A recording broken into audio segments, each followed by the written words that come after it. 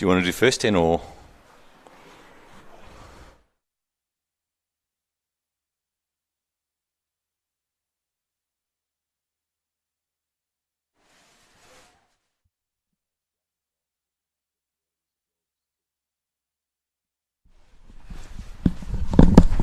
Welcome to the second game of the penultimate day's play at the LMS World Cup 2024 from Nairobi, Gymkhana, the national ground of Kenya in East Africa. Got a cracking game for you here, just about to start. The top two teams in Pool B playing off, South Africa versus Australia. Australia currently topping the table coming into this game just by 2 points. Both teams with a perfect record so far. Played 3, won 3. Be interesting to see how this matchup pans out.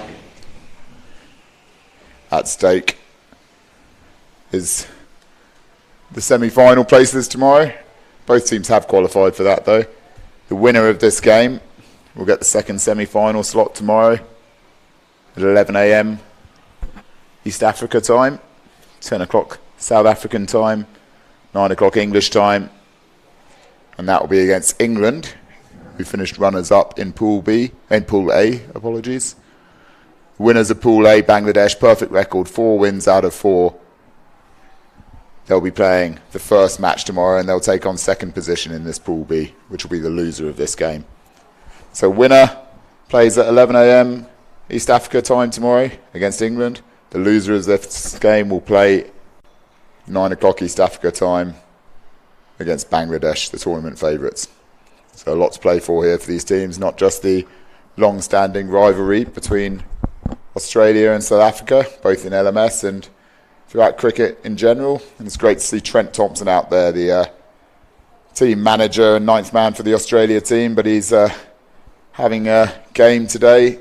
Bit of a niggling injury for Brad McGrath, so he's come in to replace McGrath, stylish left-hander, originally from Taree in country New South Wales. Terrific bloke, Tomo, very popular throughout the LMS circuit and within this team. It's been great having him involved. To start for South Africa, we have Brian Ellis, who bowled exceptionally well yesterday against Kenya. Good pace, got important wickets in that game yesterday. Cracking match against Kenya, which ended Kenya's chances of qualifying for the semi-finals in this tournament. A wonderful match to watch over there at Simba Union. So Ellis to Thompson, first ball of this last pool game. Slight bit of swing, going down the leg side, clipped off the pads there by Thompson, safely off the mark. Opening up with Trent Thompson is Danny Batra. He's had a solid tournament so far. He's come here to Kenya with his family. His wife Joy and his 2 sons. Terrific to have them all involved. They've had a wonderful couple of weeks in Kenya going on safari before the tournament started. Playing at the Rhino Cup charity tournament up at Old Pedster Conservancy. Then coming down here to Nairobi. Real classy player, Danny Batra, represents the official Australia over 40s side. Played in South Africa with them earlier this year. Faced his first ball. Nice cut shot there from Batra. Doesn't quite get hold of it though. So it'll just be the single. Already we see the pace of these South African fielders. Just charge all around the field, back up so well. Run the 2s quickly. If we just have a look at Trent Thompson's stats here, almost 250 LMS matches, an average of over 66, 90 50s. It's a quality batsman, Trent Thompson. Won the Sydney Championship as captain of the Primary Club of Australia, the national cricket charity in Australia that is a partner of Last Man Stands, help people with disabilities access sport. Ellis comes in, down the leg side, he's got his lines wrong there, and that'll be a bye as well, so be disappointed with that, Brian Ellis. Terrific charity, the Primary Club. Several of these Australian players have played on occasion for the Primary Club, either for the team or in their charity events. Main ambassador, Pat Cummins, the current Australia captain. Jim Maxwell will be well known to all of you as the president. Batra facing the third ball of this Australian innings. Just nudges it into the offside there. They run the first one hard, but it will just be a single. Wonderful conditions for cricket here in Nairobi. Quite overcast yesterday, but outside of that, it's been a beautiful week's weather. Ellis comes in, fourth ball of his first over. Outside off stump, bit of movement there. Well played by Thompson into the offside, so steady start here. Neither team giving much away at the moment.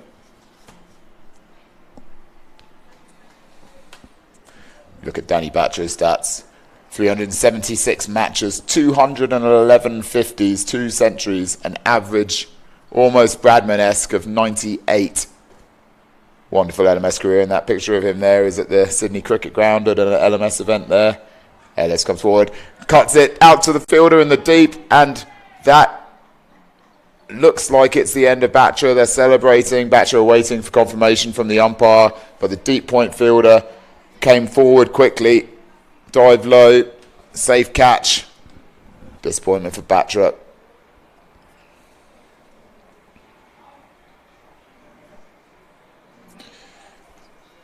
So next we have Gus Sloan coming out to bat for the Australians in early at number 3.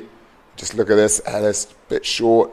Batcher doesn't quite get hold of that cut shot. It was risky with the wide third man in the deep point, and an excellent catch there in the deep. Wonderful diving forward. Just shows the class of these South African fielders.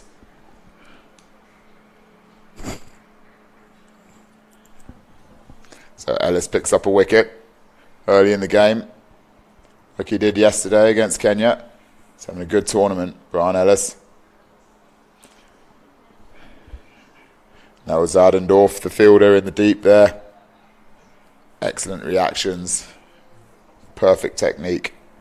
Dan Poulton, the South African skipper, coming on to bowl the second over, opening up with Brian Ellis. Trent Thompson on strike. New batsman at the crease, Gus Sloan at number 3. Hit a home run earlier in the tournament, Sloan, an opening match against the UAE. Looking in fine touch. Good all-round cricketer.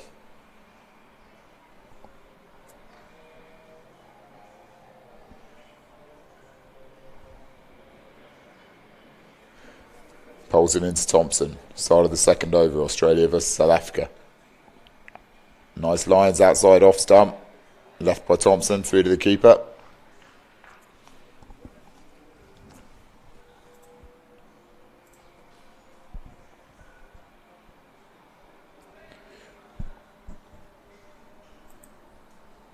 Poulton in for his second delivery over the wicket. Beautifully bowled, nice lines. Thompson can only bunt that to cover for a single. Things on strike. The right-handed Gus Sloan for his first delivery of the final pool game. And we look at his stats here, 446 matches already for the young man. Average of 65 at a strike rate of 193, 171 50s, 5 centuries. Wonderful stats for Gus Sloan. Pushes the first one out into deep to long off to bring Thompson back on strike. Steady start here by the South Africans, not giving anything away. There's been 8 balls, only 8 runs on the board for Australia.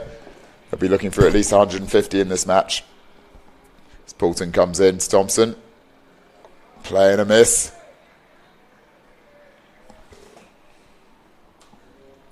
One ball remaining in the second over. This final pool match for Australia and South Africa. After this game, we'll see Kenya taking on the UAE, again in Pool B, but both teams already no chance of making the semi-finals. We know the semi-finalists. Bangladesh and England from Pool A, South Africa and Australia from this pool, Pool B. The winner of this match will top Pool B and take on England in the second semi-final tomorrow here at Nairobi Gymkhana, while the loser will take on the tournament favourites Bangladesh in the first semi-final at 9 o'clock East Africa time. Tomorrow, Saturday, 29th of June. The final is scheduled at 2:45 p.m. East Africa time, 12:45 English time. And that will be followed up by the main ICC Cricket World Cup final from Barbados in the West Indies, where India will be taking on South Africa. So wonderful day of cricket viewing all round tomorrow. Iron Grobler goes down the leg side. Umpire signals the wide. Grobler comes around the wicket again. Toss it up there. Big appeal. That looked close. Did he get a bit of an edge on it? Quick shake of the head from the umpire. He didn't like it. Leg by's given. So round the wicket. Maybe that was sliding down leg. It'll be interesting to see if we see a replay of that. Let's have a look. So he's coming in. This is from the other angle though. Grobler comes round. Wide angle. Yep, slipping down leg there. Good call from the umpire. And Grobler round the wicket to Gus Sloane. Outside off. Chops it down to backward point. So steady start here from the South Africans. They're not giving anything away. Australia will be keen for a boundary soon to relieve a bit of this building pressure. But after the early wicket of Danny Batra, they will be wary of losing another early wicket. Round the wicket, Grobler comes in. Thompson for the slog sweep. Has he got into Sagat? No, he's got it out to the deep, to the fielder. And I think that was just behind the tree from the commentary box. We can't quite see there. So I'm interested to see if we can have a look at a replay here of what happened. So he's into position early, Thompson. Decent slog sweep. Didn't quite get enough of it. Ball comes in. Fielder comes round from mid-wicket. Oh, almost got there. Terrific effort in the deep. That would have been a blinding catch. Thompson goes for the slog sweep again. Dot ball. So he ended up getting 2 off the previous one. He's obviously fancying that shot, even though he didn't quite get enough of it. Straight through. Just misses off stump. So you see 2020 vision on the back of his shirt. The Australia sponsors. Plays that one behind square. So a quick shout about the sponsors. We also saw in the background there, Walker Corporation. 2 sponsors for the Australia team, along with the T20 vision. Sunglasses made by cricketers, and thanks to both sponsors for supporting this Australia team throughout the tournament, and to all the other tournament and team sponsors that have helped make this dream a reality for these players to come and play in our LMS World Cup in Africa. So now we've got Brian Ellis back into the attack.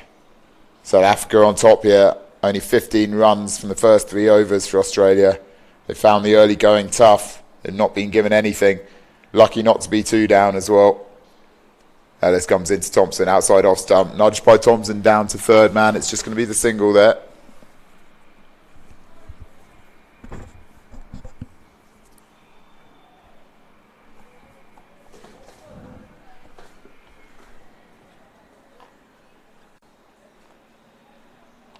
Brian Ellis bowled his first 4 overs, well, all of his 4 overs in the first 10 yesterday. So will we see that again? It's very instrumental in the early pressure on the Kenya batting lineup yesterday. Outside off. Sloane plays it down to the deep. Just another single to the man on the 45 on the boundary. Fielding positions are different for both the left and right handers, so I won't give you those now, but if you have a quick look, we've got a backward point, a deep cover to Thompson, a long off, long on, deep mid-wicket, and a fine leg. Play and miss there from Thompson.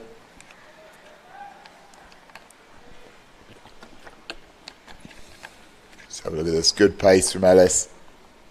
Beautifully pitched, hits the seam, moves away. Fantastic delivery there from Brian Ellis. Unlucky not to find the edge of Trent Thompson.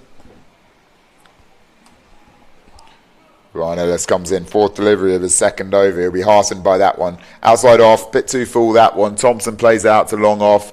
It's a single, but only a single. Australia need a release point here with 1 ball left of the 4th over.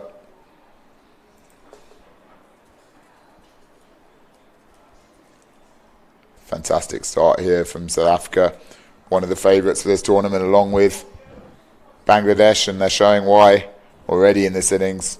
Terrific in the field. Ellis, straight on the off stump. Well played by Sloane, but just down to long off. Another single.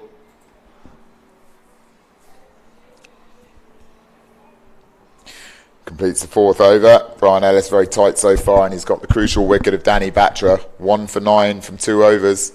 Score is 19 for 1 for LMS Australia.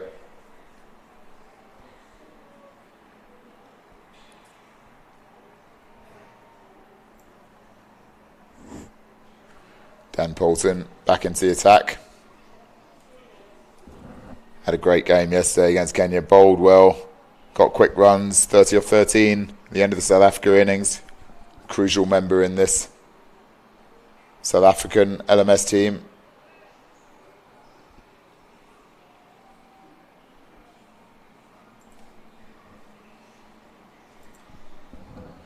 Sloane on strike, plays outside off, goes through the keeper. Disappointed there, gesticulated, but in the end gets 4 byes, much needed byes. Let's have a look at this one. Couldn't quite get hold. Difficult for the keeper, just dying on him there, but he'll still be disappointed there. Terrific keeper.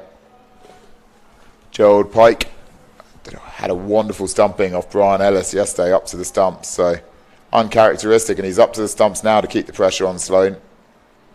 Second ball of the 5th over, outside off. So much needed 4 byes there for Australia. That's their first boundary of the match so far, and it's come in the 5th over.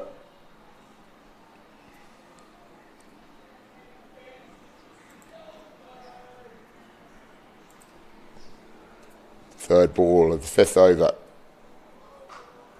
Pulled by Thompson, out to mid-wicket in the deep.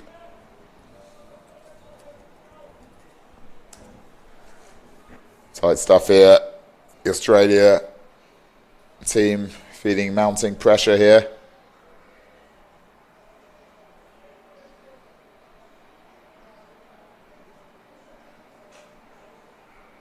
Pushed into the offside from Gus Sloane. 4.4 overs, 26 for 1. Almost 25% through the innings. We haven't seen a boundary off the bat yet.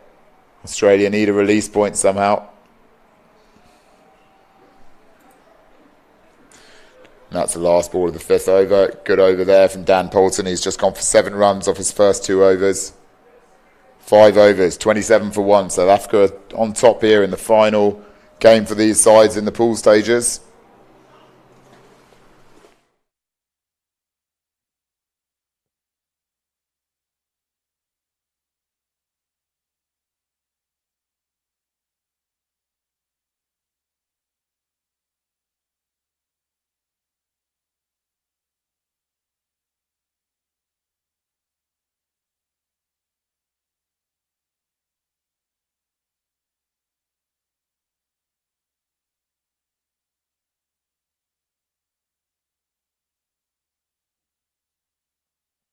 Grobler back into the attack. Fine first over, just 5 from it. Thompson pushed that down behind square for another single. So solid stuff here from the Australians, but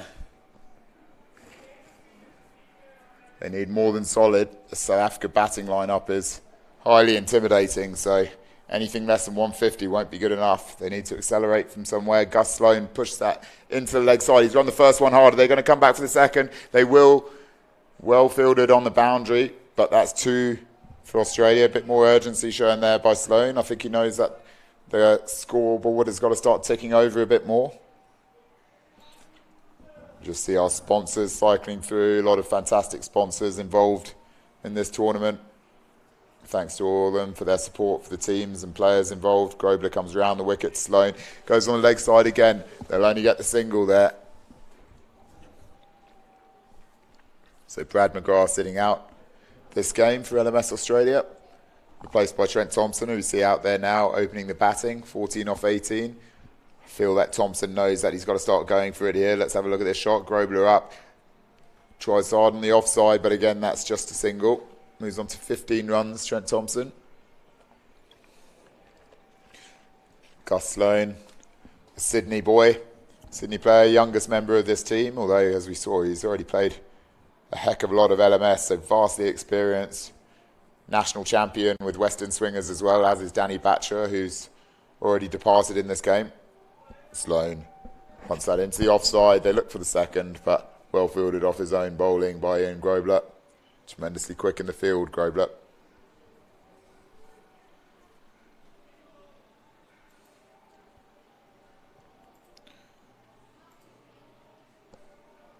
So that's the end of the 6th over. 33 for 1. South Africa on top at the moment in this game. Australia need a release point. Just have a look at it. Remind you of the pools. There we see Brad McGrath in the deep sitting out this game. Michael Hawkins will be into bat next, and the rest of the Australia team and supporters. It's been a wonderful week here at Nairobi Gymkhana and across the road at Simba Union.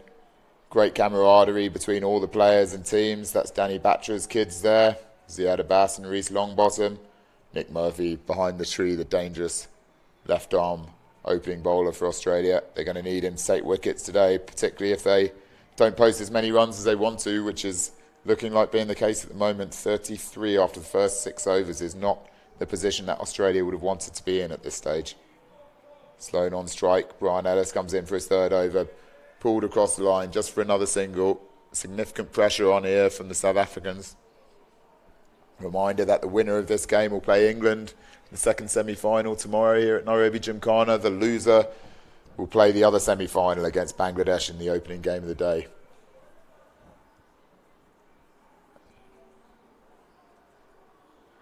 Brian Ellis comes in for his 2nd delivery, the 7th over.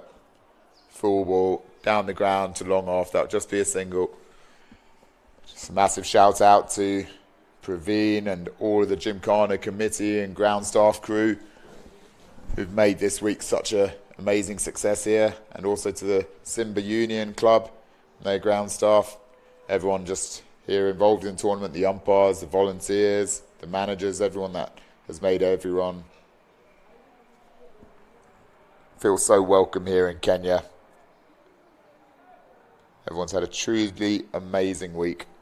So a big thanks to all of those involved, and hopefully it's the first time in many that we see all these LMS players and teams coming to Kenya and having the opportunity to play at this iconic ground, Nairobi Gymkhana, which has hosted multiple World Cup and Champions Trophy games in the past. Thompson on strike, 4th ball of the 7th over. Ellis comes in on the stumps. Thompson off his legs. It's only going to be a single there, down a fine leg.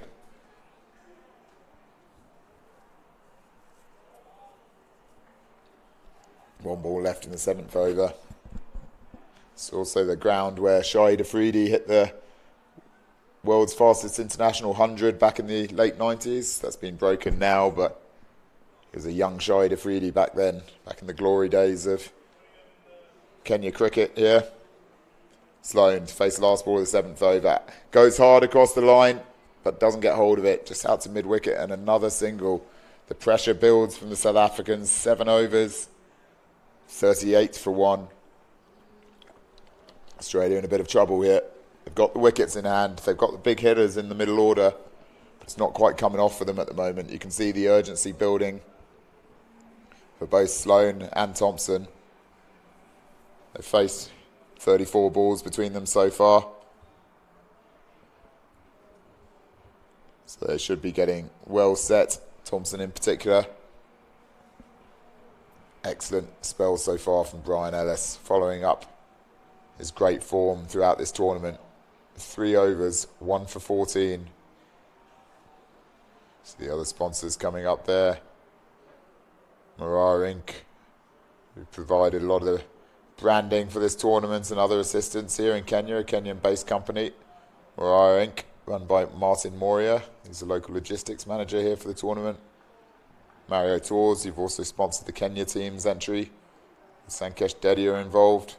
All these other great sponsors who've backed all the teams involved in this tournament. As Kieran Foss comes into the attack. Good ball, first up outside the off stump. Just a single off it to Gus Sloan.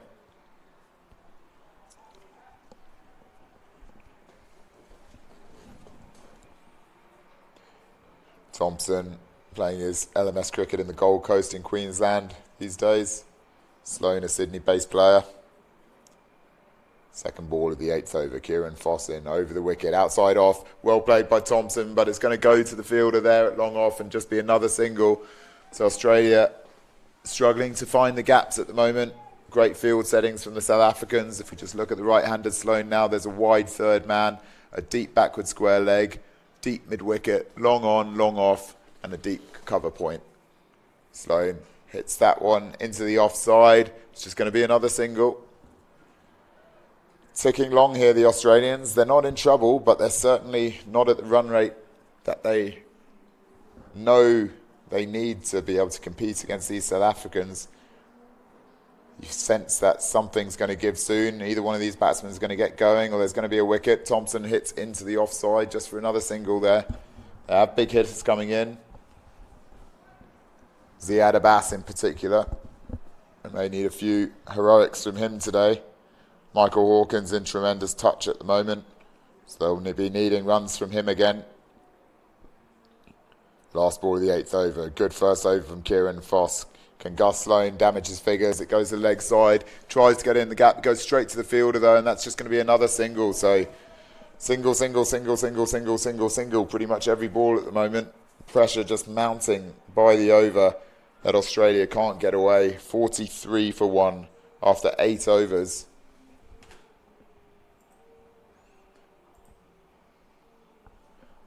Run rate now just 5.4 and over.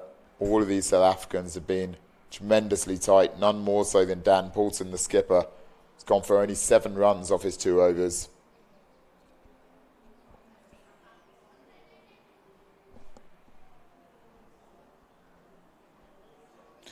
Just look at the rest of the teams there outside the front of Nairobi Gymkhana. Some of the South African supporters. It's been fantastic having a lot of the players all staying in the same 2 clubs. Nairobi Club, one of the most historical clubs in Kenya and East Africa. One of the original buildings here in Nairobi. And then also Nairobi Gymkhana, where the tournament hub and base is here with most of the games being played. A lot of the teams staying here as well. There we go. Gus Sloane tries to cut outside off stump. Great take from the wicketkeeper Gerald Pike. Brian Ellis gets a second wicket again. The pressure mounts. And then the second wicket comes. Just have a look here. After 8.1 overs, score now 43 for 2. He's an excellent keeper, Pike. Saw a blinding stumping from him yesterday against the fast bowler Brian Ellis. The umpires come together. Margaret and Gotcha and Dollar Abala. See Mike Hawkins come to the crease. Let's have a look at this. So Ellis comes up. Just a slight nick, straight into the keeper's hands, up to the stumps.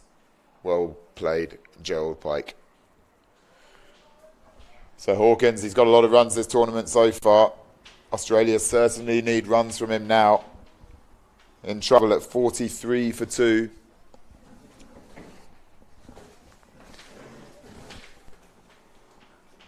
Got a mountain to climb here to get to a competitive total, but they have got the big hitters in the order.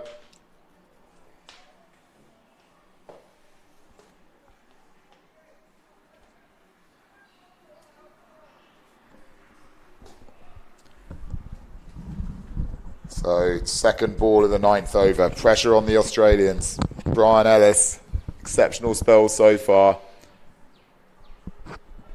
Down the leg side there. No way the umpire's giving that. Hawkins survives his first delivery. I'm joined in the commentary box by Brad McGrath, one of the Australian team, well known to everyone around the LMS circuit globally. Veteran of LMS cricket and multiple major tournaments. We'll just have a look at Brian Ellis here's third delivery of his final over. It's been a wonderful spell so far. Down the leg side, it's got onto that Thompson. It's not going to go all the way. There's a fine leg fielder. Be able to come round. They'll just get the 2. And Brad, you're sitting out today with a slight twinge just to be in prime condition for tomorrow. What's your take with this game so far? Score now 46 for 2 after 8.3 overs. We haven't seen a 4 or a 6 off the bat so far. What's the feeling like in the Australian camp at the moment? Yeah, we're probably not quite as many runs as what we would like to be at this stage, which is obviously a bit of an understatement. But South Africa are bowling very well, and I think it shows if the ball is put in the right spot that it can be very hard to get away. But yeah, obviously we need to get a bit of acceleration with our running and hitting at the moment. It's probably this man, isn't it, Michael Hawkins, that you really need to get things going. He's been a terrific touch throughout the tournament. He's facing up his second delivery now, and this is the final ball of Brian Ellis's spell. He's bowled through again today. Hawkins to the leg side. He's run the first one quickly. They may be able to come back for two, but they don't. So just another single there to bring an end to the 9th over. 48 for 2. Wonderful spell from Brian Ellis. He's taken 2 wickets again today.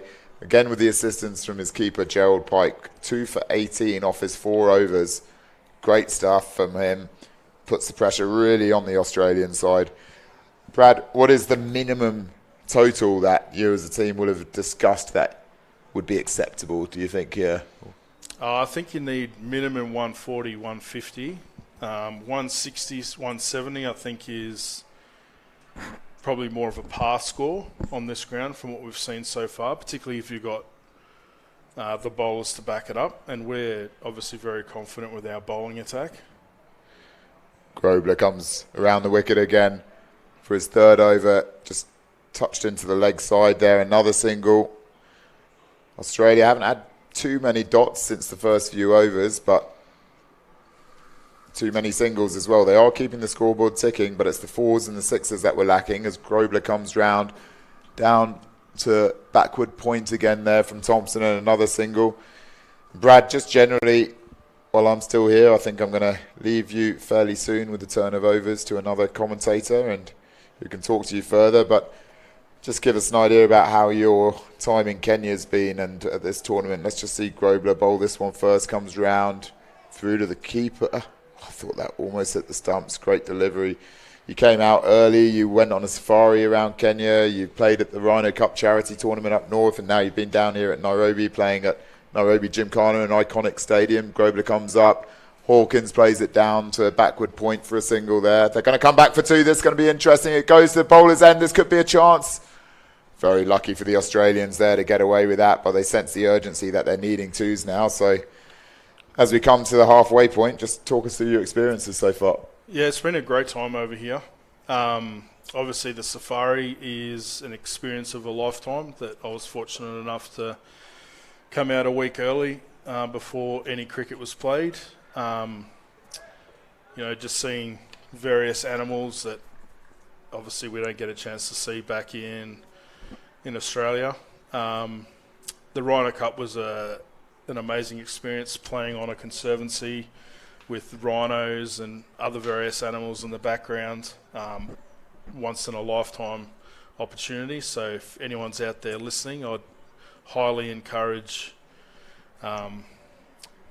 you to make that trip if you possibly can. You will definitely not regret it. And then obviously, getting to play here at Gymkhana, the pitch and the outfield's probably one of the best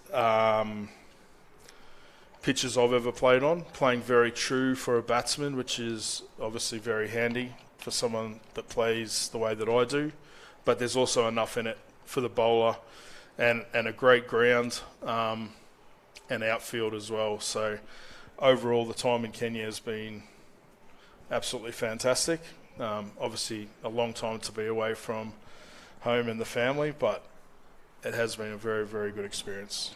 It's great that your parents have been able to make the trip with you as well, Jeff and Debbie, so a big shout out to them. It's been fantastic having them involved. Just here in this game situation at the moment at the halfway point with 53 for 2 after a terrific first 10 overs from South Africa. They bowled and fielded exceptionally well. Let's just have a look at that Chinese cut down there. But that's, again, just going to be a single to fine leg. Brad told us that minimum they need 140 to 150. So looking at least 9 and over off these last 10 overs to have an acceptable score in terms of what they're expecting. Brad, I guess so much of these tours are the guys that you enjoy it with and your teammates. Let's just watch this. Sheldon Mungaru comes in. Off the legs there by Thompson. He's just going to get a single. Terrific group of guys, the Australians and the other teams as well, across the board. Fantastic tournament, representation from the brand. Just such a great opportunity for LMS players from across Australia and the world just to come together and bond and play the format that they love.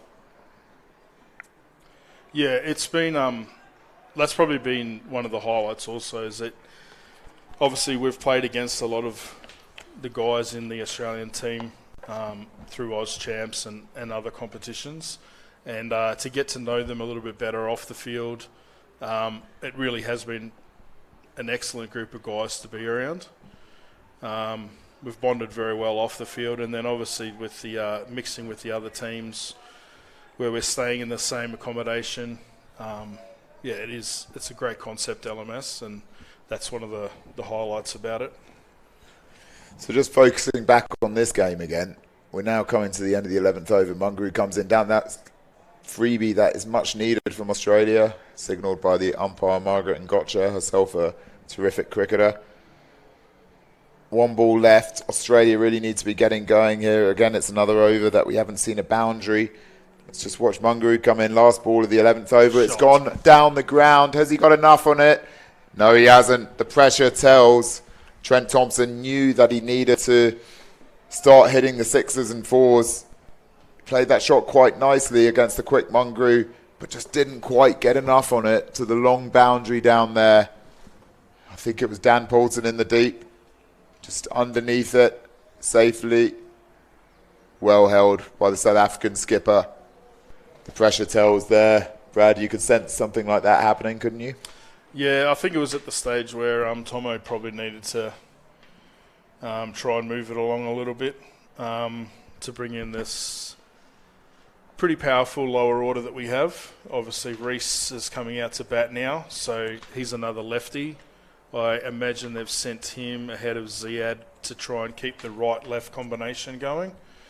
And then obviously after this, you've got Skip, Ziad and Nick Murphy still to come, who we saw the other day can definitely hit a ball. Is much better than a number 8 where he's batting for us in this tournament. Absolutely, that's the advantage of this Australia team, as they bat right the way down to number 8, and they're going to need all of that here with 45 deliveries left after a great tight over from the fast bowler Sheldon Mungaroo. Just goes for 4 runs, picks up a wicket. Kieran Foss back into the attack now for his second over.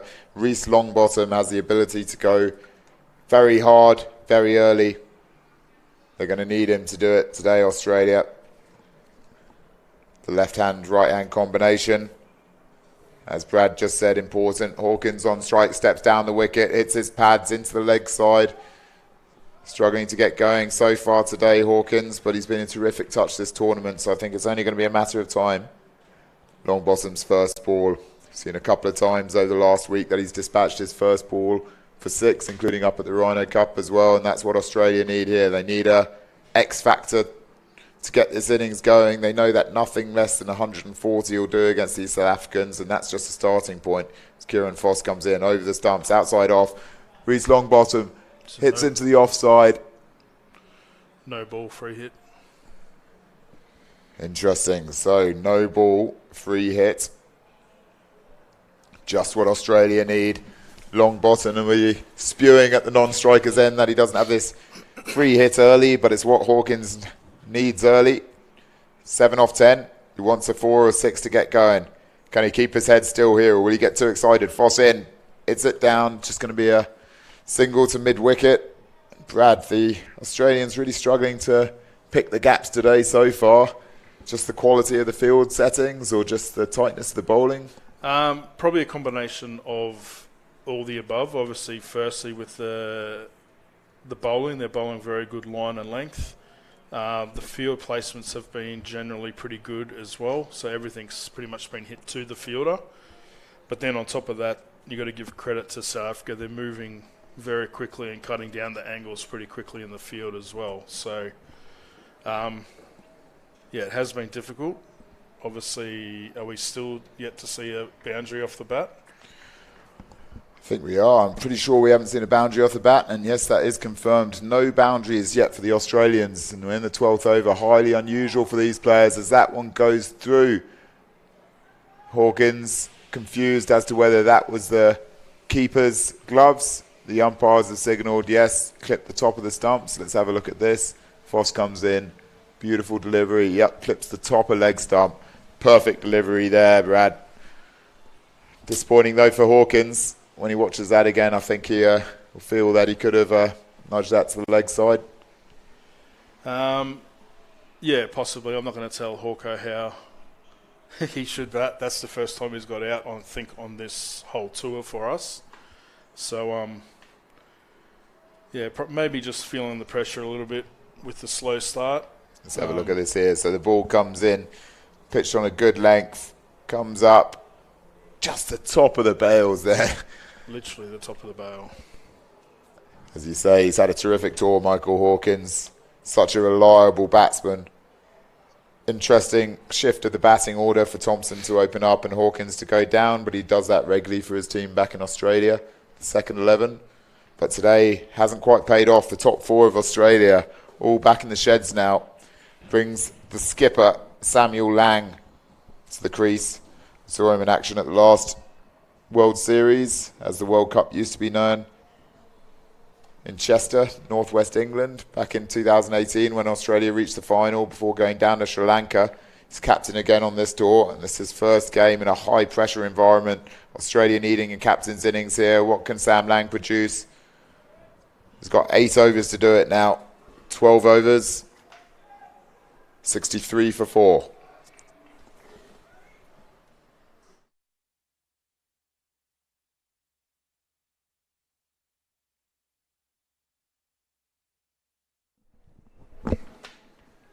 So the pressure mounting on the Australians.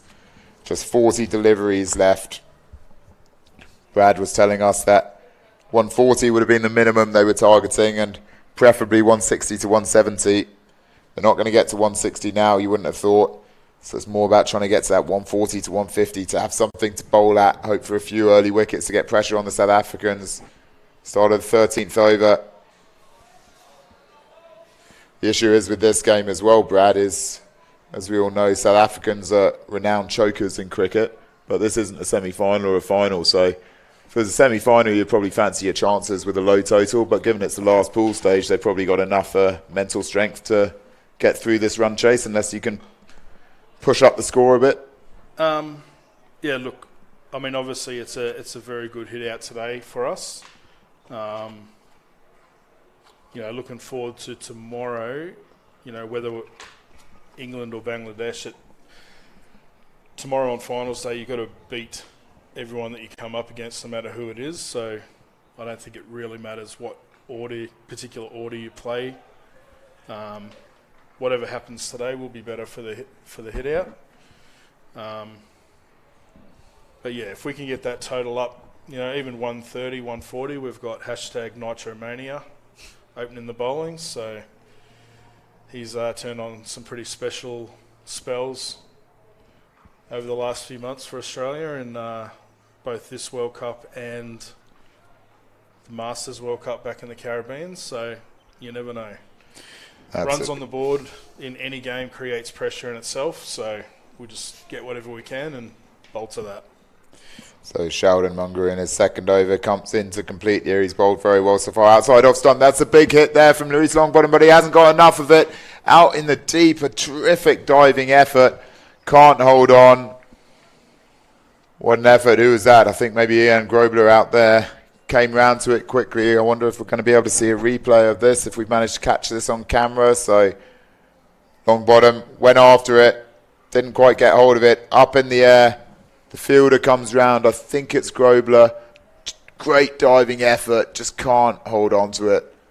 Well done from the South African fielder. Not quite enough though. 13 overs. 67 for 4. You sent that the Australians need to get going here, and they know it out there. I'm sure we're going to see a few swings now. Reece Longbottom on strike. Does swing it. Right on the money spot from Kieran Foss. Takes out off stump. That's a big wicket. The dangerous Reece Longbottom having to depart. The 5th wicket for Australia down. 67 runs. Talk us through the situation now, Brad.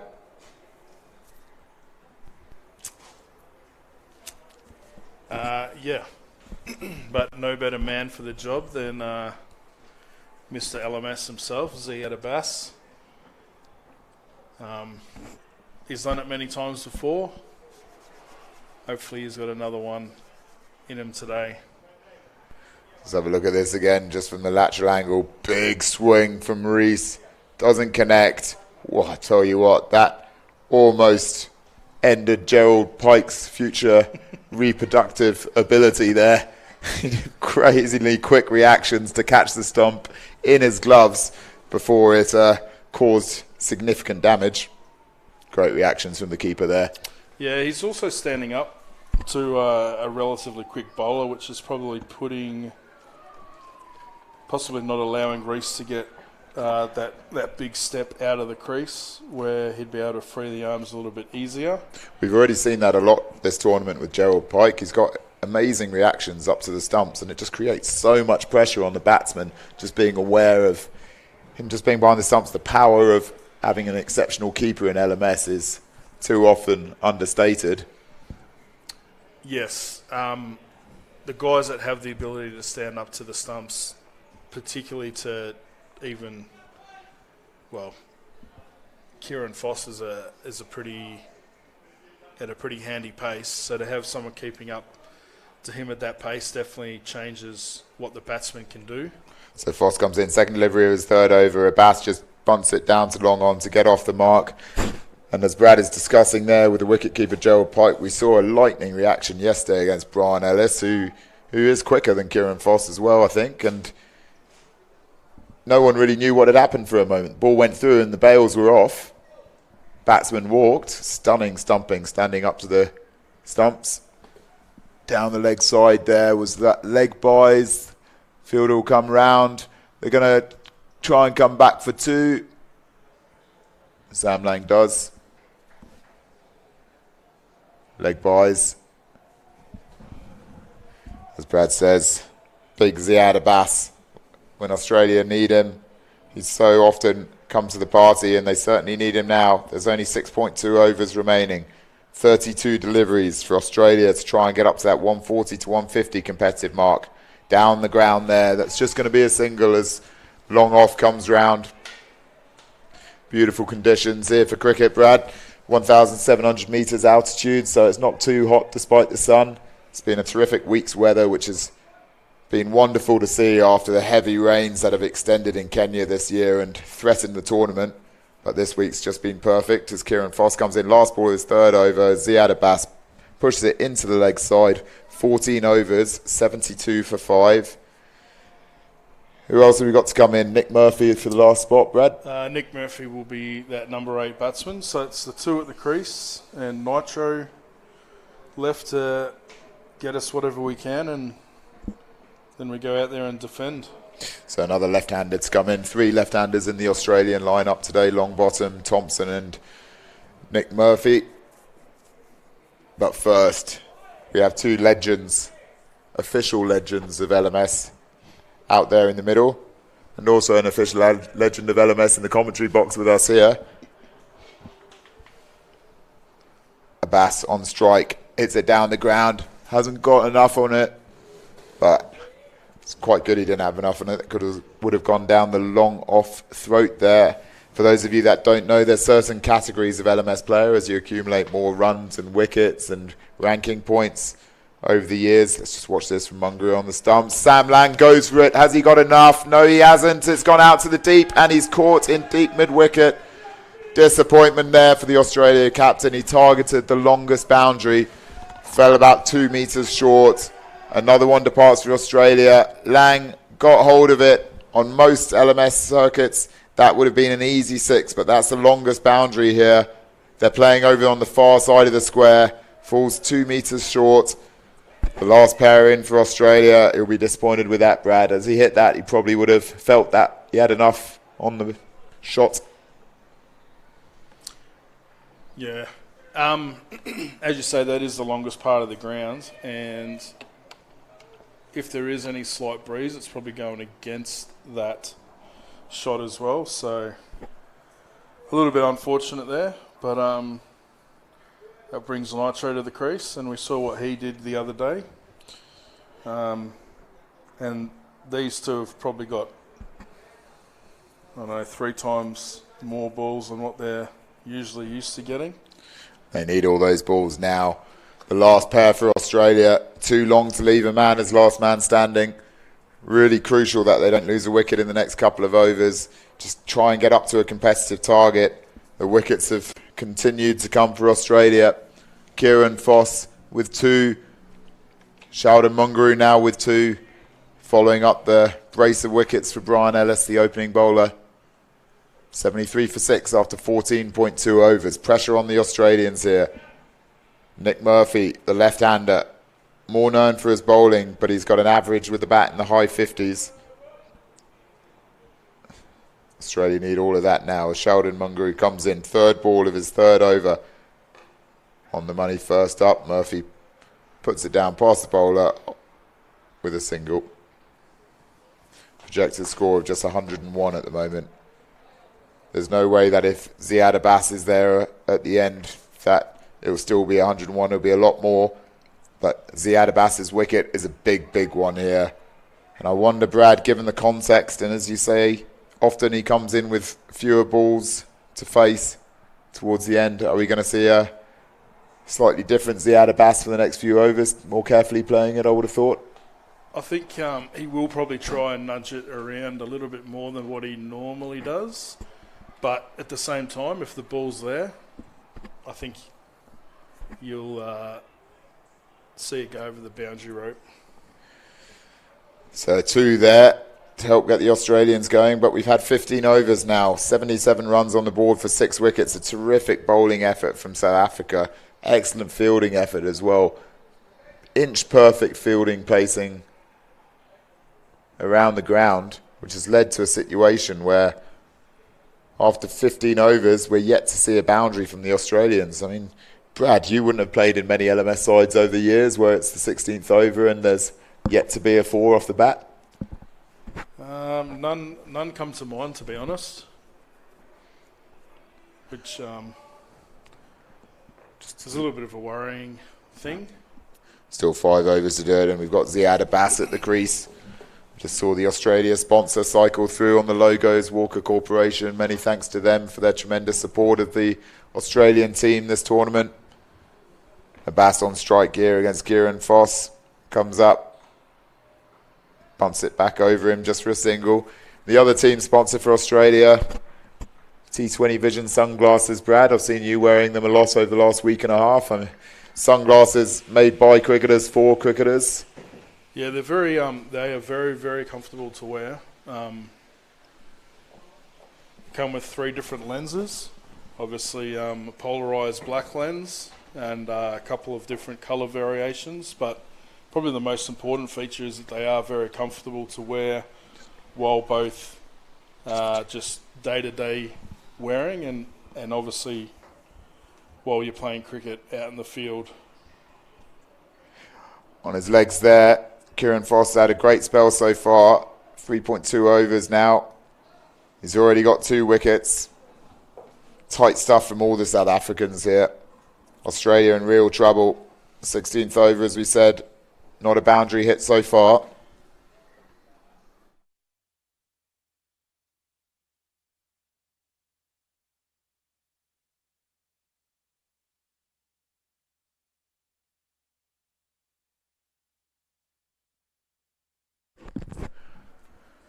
Pressure on the Australians here. 80 for 6. They're going to really need Nitro Mania with the ball at this rate. He's going to have to tear through the South African top order. The Australian left-arm swing bowler. We've seen him do it plenty of times before, but first he's got a job to do with the bat. He's on 3 at the moment. Outside off, misses that. Through for another dot ball for the South Africans. 80 for 6. Coming to the end of the 16th over. Yeah, South Africa have rotated their bowlers very well.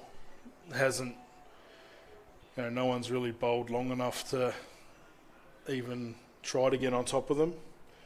Beautiful lines there from Kieran Foss. Ends the over with 2 dot balls. Inch perfect.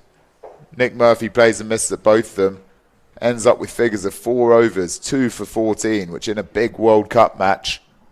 Fantastic figures there. Following up from Brian Ellis, who earlier had a opening spell of 4 overs, 2 for 18. All of the South African bowlers have supported each other. Australia really under pressure here, and Brad, I know you need to get back to your teammates and give them a bit of a talking to, maybe shake a few of them into action for the start of this second innings. But thanks for joining us here. Great to chat to you, and good luck with finals day tomorrow. No worries. Thanks for having me. Cheers.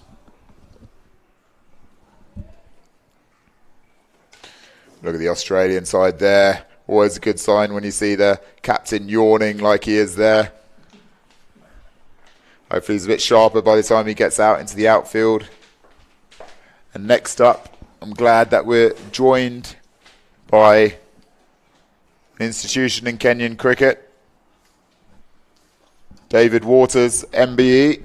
Just as we watch the first ball here from Ian Grobler coming right arm around the wicket again. Through to the keeper. They're going to get a bye there. A much needed extra run.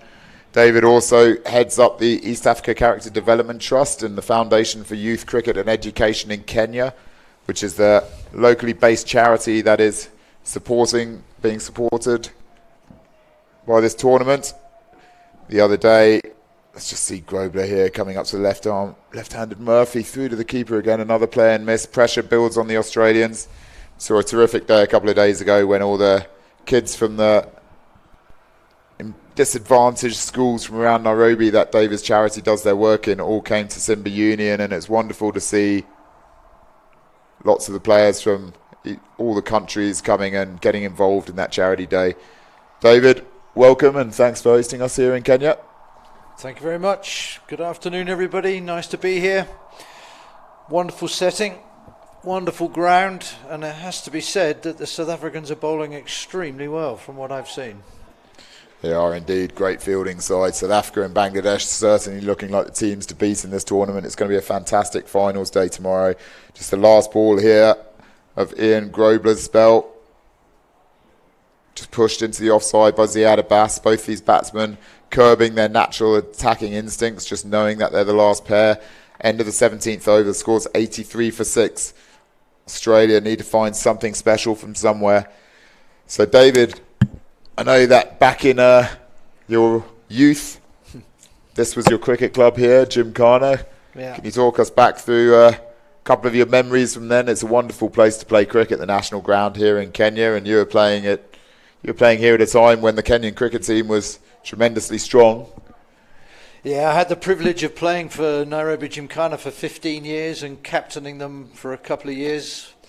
And in many ways, it was the heyday of Kenyan cricket in the era when watch this ball. Bolton to Ziad. He's gone a bit harder at that one. Has he found the gap? No, he hasn't. It's out to deep mid-wicket and it'll just be another single. So yet to see a boundary from the Australians, and we're in the 18th over. Yeah, as I was saying, in those days, in the 80s and 90s, the club cricket here, the league cricket, each side had 2 overseas professionals, including many Indian current test players at the time. So the standard was extremely high. Just another dot ball there. Dan Poulton is in his 3rd over. He's only gone for 8 runs, the South African skipper. Pressure really building on the Australians. This match looking like it's going one way at the moment unless we have an amazing bowling performance from the Aussies. And this man in particular will be key in that. Finally, the first boundary of the innings. Nick Murphy, Nitro, in the 18th over. Okay. Just belted it through the leg side. Be interesting to see a replay of that. The left-hander finally gets onto Dan Poulton. Who would have picked it that it would take until the 18th over for this to happen. Poulton comes in, left-handed. Nick Murphy, flat hit, goes out to the deep, just clears the fence by a few inches. So it's in fact a 6. We haven't had a 4 yet. And David, you obviously run a wonderful charity here that really is instrumental to the future of Kenya cricket. You've been running it for over a decade now, and already we're beginning to see some of the players that first graduated through the program on the verge of the Kenya youth lineup, and some of the ladies have already played for Kenya. Can you talk us a bit through your charity? Yeah, absolutely. We work with up to 6,000 boys and girls each week in what I would call certainly underprivileged, but almost slum schools. In fact, some of the head teachers describe their own schools as being slum schools. We work within the school curriculum, the PE and life skills sessions, promoting character development and life skills through sport, and the sport that we use is cricket. And the byproduct, as you quite rightly said, is that we are producing young cricketers. So many, give you an example, within the last 6 or 7 years, several of the players have gone on to play league cricket in Kenya, and 1 or 2 of them have played international cricket. And 10 years ago, these were kids that had never heard of cricket. So it just shows you that if you give kids an opportunity, the talent is there in this country. They just need to be exposed to the opportunity. And that's what the charity is all about. Essentially, the charity's focus is on life skills and character development, making kids more productive and more employable. But cricket is the byproduct. It's a fantastic charity, and we start the 19th over here. Sheldon Mungrue in, pushed down the ground by Nick Murphy. Second last over here of the Australia innings in their final Pool B match against South Africa. Looking to try and get up to a competitive target. It's been a wonderful fielding and bowling effort from South Africa so far. 2 games left, including this one before finals day tomorrow. Mungrue comes in. Ziad Abbas goes hard there. Has he got enough? He has. That has sailed over the sight screen into the car park. This is what Australia need. They need some sixes, and they need them quick. They've managed to get 2 in the last 5 balls. Ziad Abbas moves on to 14 off 11 balls. We'll focus a bit more on this game, but just a last word on the charity. I know that it struck a chord with lots of the players here. It certainly has with myself over the years. Let's just have a look at this from Mungrue first. Abbas onto it in a flash. Big levers, a lot of power. That sails up over the sight screen, over the trees. What a shot there from Abbas. And if you want to find out any more information about the charity, please just Google East Africa Character Development Trust, or the Foundation for Youth Cricket and Education in Kenya. Abbas goes through the offside that time. Has he got enough on it? He's walking towards the boundary, and he's got a 4. Much needed quick runs from Abbas. He moves on to 22 off 13. This is just what Australia need. As long as he doesn't get out, they've got a chance here. So just 7 deliveries remaining. We heard from Brad McGrath that 140 had to be the minimum for them to bowl at. So they're still a long way from there, but these are crucial runs at the end. Last pairing, a wicket would be massive here. Sheldon Mungrue into Abbas. Down the ground that time. Has he got enough on it? Yes, he has. Straight down the ground. Beautiful shot from Abbas. Back over the bowler's end. Sheldon Mungrue getting a bit of a tap in his final over here. 6, 4, 4. Figures of 2 for 28. They were looking a lot prettier at the start of this over. And another shout out with regards to the charity. Let's just watch this final ball first. So Mungrue coming in to finish his spell into Ziad Abbas. Carefully there, pushes it behind square. So important for the Australians that he remains on strike, and he will be for the last over. 19 overs, 107 for 6. The first big over of the Australian innings as Abbas moves on to 23 off 14. Another product of the charity is all the assistance this tournament with the management and the scorers and the volunteers and the umpires, all of them related to the charity, and also to some extent to our cricket club, David and my cricket club, Kenya Kongonis, which is a wonderful institution based out of Nairobi Club, where half the tournament are staying. So just a big shout out to all of those guys who've contributed to such a fantastic event this week. Wonderful camaraderie, and it's great to see all these players, umpires, management, just blending from across the world, David. It's been a wonderful week here at Gymkhana. It has indeed, and we're actually obviously very grateful to LMS for choosing Kenya as the venue, and allowing essentially lots of young Kenyans the opportunity of getting involved in what is an international tournament. And just on behalf of the charity, I'd like to thank all the teams that came across to watch the charity session at Simba Union the other day. A number of them have pledged to leave their kit behind, and 1 or 2 have pledged to raise some funds. Obviously our major challenge is raising money to enable us to continue. Paul just goes up there, Polton in. Is that going to be a catch? Drop short of mid-wicket. Apologies, David.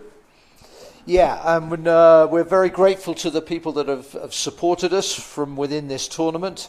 And there was a nice moment yesterday when our young Kenya under-23 team, which is made up of kids, purely of kids that have come through the charity, they beat Pakistan in a very exciting game, and the captain of Pakistan donated his cricket bat to the young lad who scored the winning runs. Murphy goes for that one to the leg side, mid-wicket fielder. It's just going to be a single.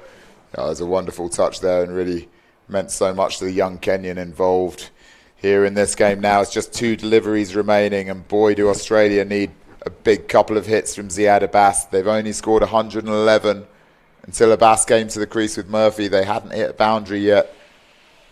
They need 2 maximums now. We've seen him do it plenty of times before. A reminder that if the last ball of the innings is hit for 6, it's called a home run, which is worth 12. Boy, do Australia need a home run. Dan Poulton, the captain for South Africa. Ziad Abbas goes for the big swing, doesn't get hold of it. In fact, just misses it, which leads us to the last delivery here. 111. There's only one thing in Abbas's mind, which is sending this ball back over long on. Dan Poulton will know it. I wouldn't be surprised if he puts this short of a length here and tries to hurry Ziad with the shorter ball. Abbas's mind will only be long on at the moment.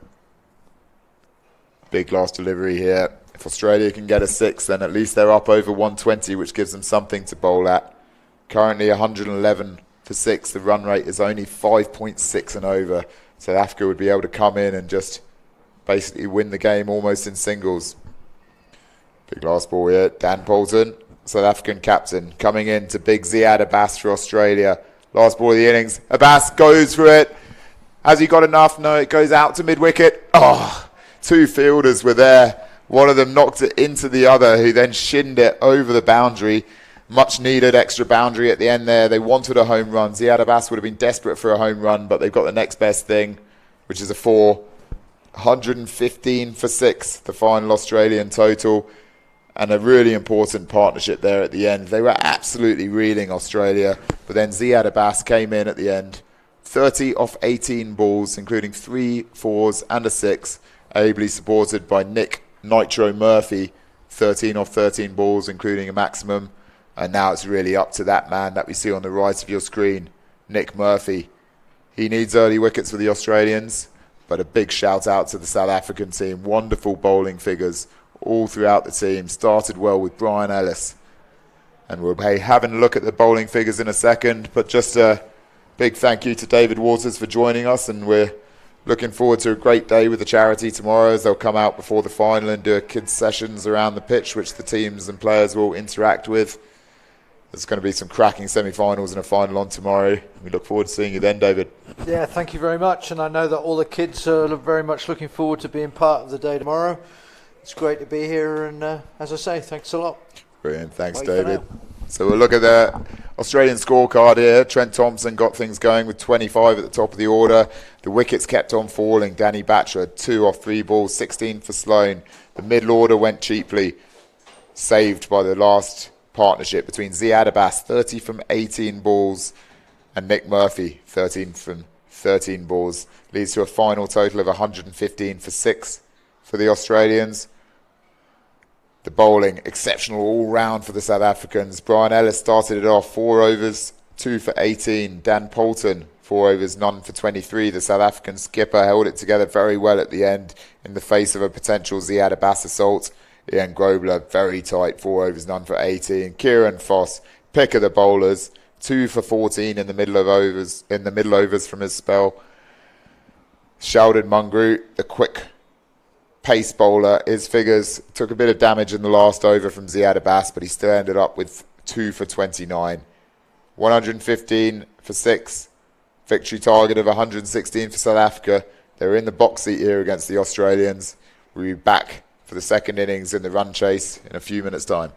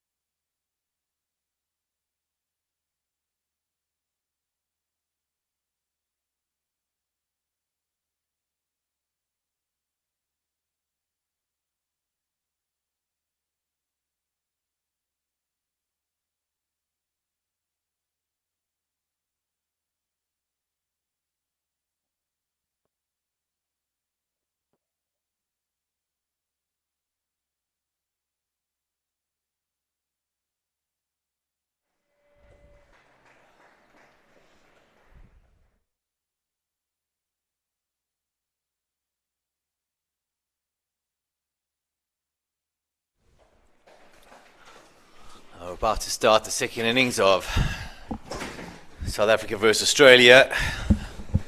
Australia, thanks to Zia de Bass, a late charge there. We're looking like not making 100 at one stage. Zia de Bass batted brilliantly for his 30 off 18. Managed to get Australia 115. Something for the bowlers to defend. Probably not enough, but it's something, so they can get a few early wickets. That's what they'll be looking to do. Man of the moment, Nick Murphy. He's been doing it all week. Can he do it again? Join him in the comments box. None other than the living legend, Ross Kaywood. Good afternoon, Bjorn. Good afternoon, everyone. As you said, Nick Murphy is going to have to have the spell of his life here. If Australia are going to get over the line here, opening the batting for South Africa is Gerald Pike and Ihan Krobler.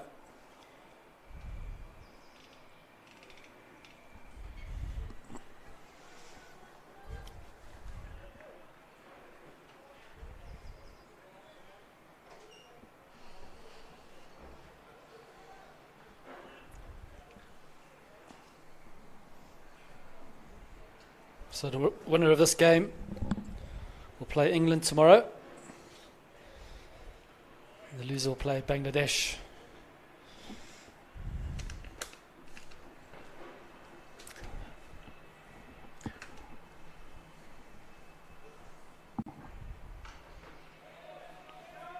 Good start there by Krobler, pushing out to long off for a single.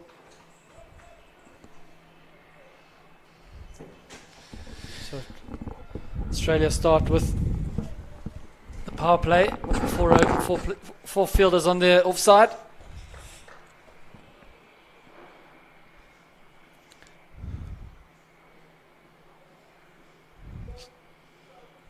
A big test here for Gerald Pike.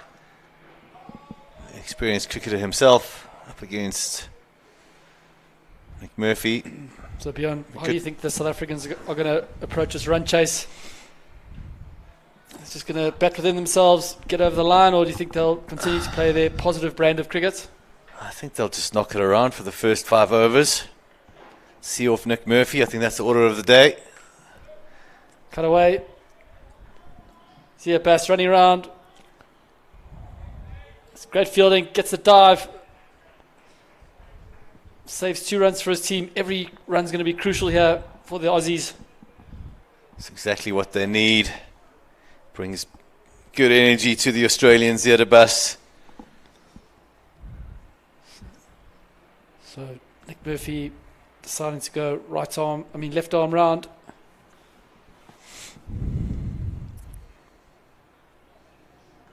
Oh, little inside edge there. It's well bowled. The change of angle worked. Didn't get the wicket, but induced a false shot there. Always thinking Murphy.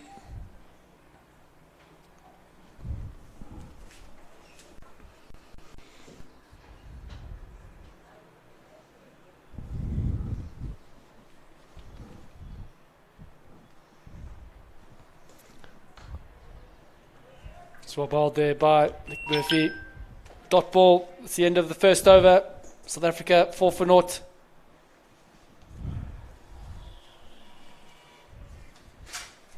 Thank you.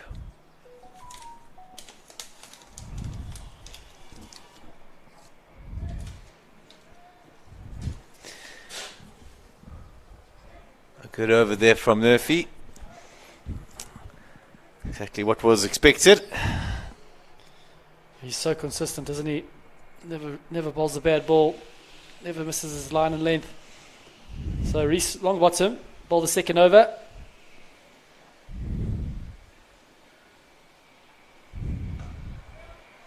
Cleanly struck down the ground. That's going to be 4. They're going to cut it off. No. Good effort from Murphy, but what a shot from Gerald Pike. It's a powerful hitter of the ball, Gerald Pike. Just flick of the wrists. Went like a tracer bullet. Carved mid-on and mid-off like a Sunday roast. Oof. Swing and a miss. Ooh, that's a good ball from long bottom. Good comeback from Reese. A little bit of shape away. So the South African dressing room with the rest of the world guys.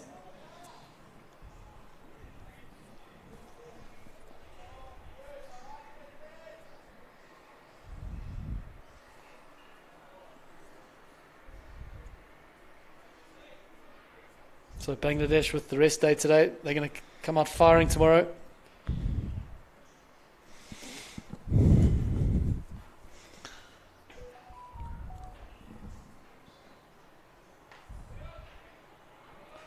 Let's get this from Reece Longbottom.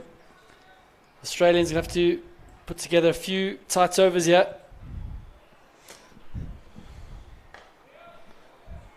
Too straight on that occasion. Too much damage done there. 10-4. No loss after 2. It's a good start by Australia.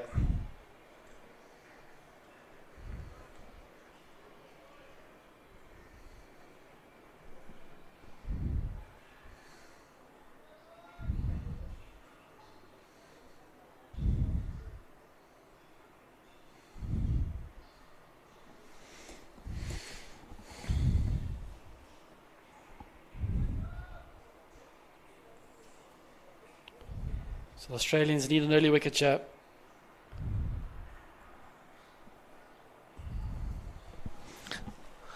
Ian Grobler's on strike, or Grobler as Rob Stevenson calls him.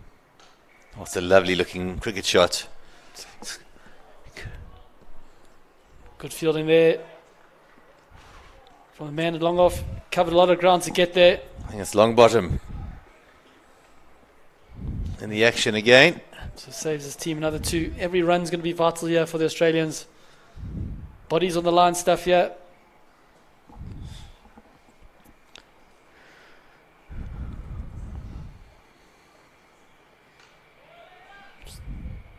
It's well bowled from Nick Murphy.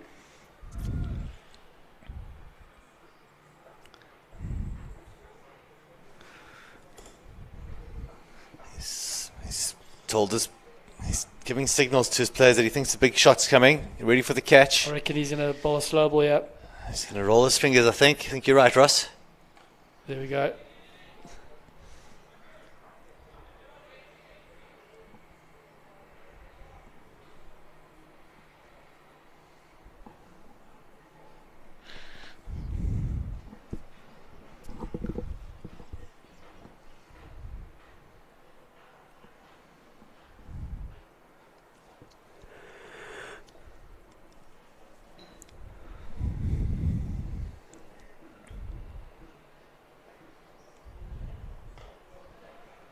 Nice looking shot there from Grobler.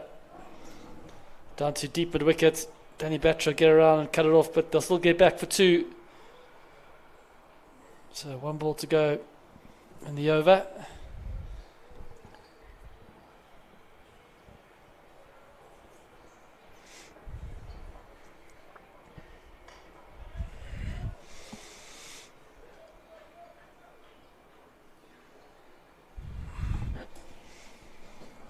Okay, so 3 overs complete. The score is 17 for naught. Grobler 8 off 8. Gerald Pike 9 off 7. 99 required of 85 balls for the South Africans. Just under 6 is the required run rate, so they're going along perfectly at the moment.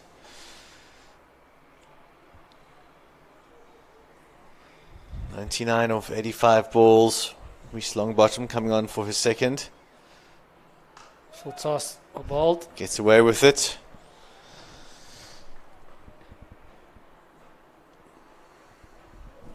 Grobler hasn't quite been timing it as much as he wants. Outside edge induced there.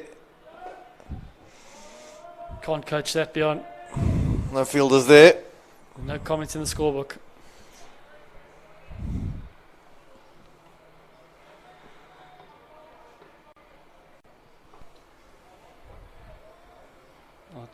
Well bowled there by Longbottom, inducing the false stroke.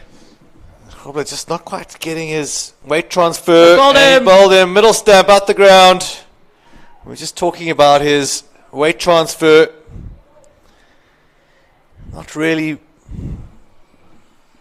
finding any rhythm. So just what the Australians needed. Looks like it's broken the middle stump. Our production crew will have to go and do some emergency medical work on that stump. That's where the stump cam is. So well bowled there by Reece Longbottom, getting the breakthrough for his team. Look at that again.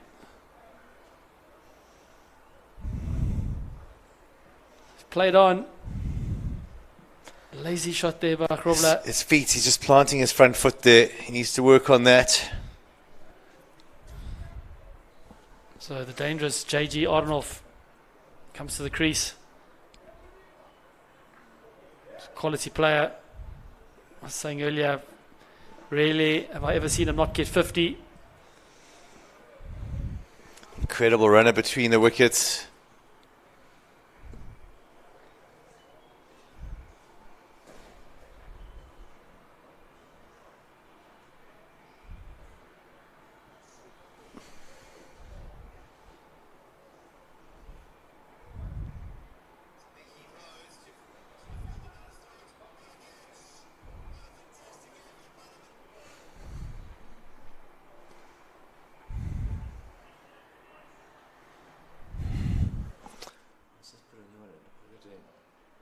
Take out the camera and put a new one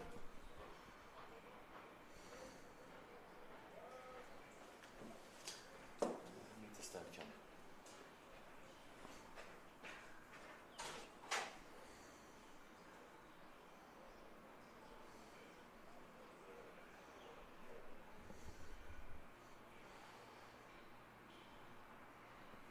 So apologies to our viewers, bit of a slight delay here with that broken stump. So 2 balls to go.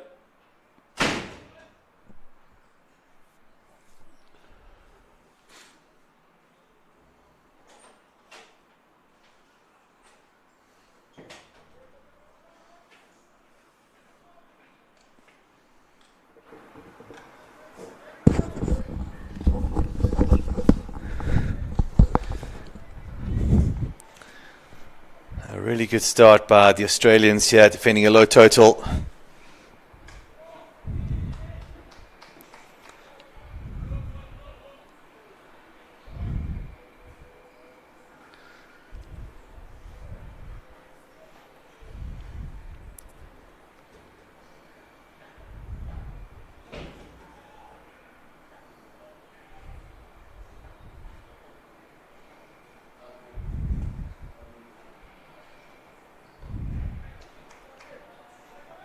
Nicely run down to third man for just a single. Gus Sloan will field that. So 4 overs complete. The score is 23 for 1. Gerald Pike 10 off 8. JG Arnold just off the mark, 1 off 1. Just a few more tight overs here for the Aussies. It's crucial. We have to try take this run chase as deep as possible. Well, so far, it's been a perfect start for the Australian bowlers. Contained the batsmen and they've picked up an early wicket. If they keep on doing that, taking a wicket every 3 overs. We're in with the shout here. Sam Lang saying to Joel Pike, you can stand up, so can I, to the wicket. He's standing up to the opener.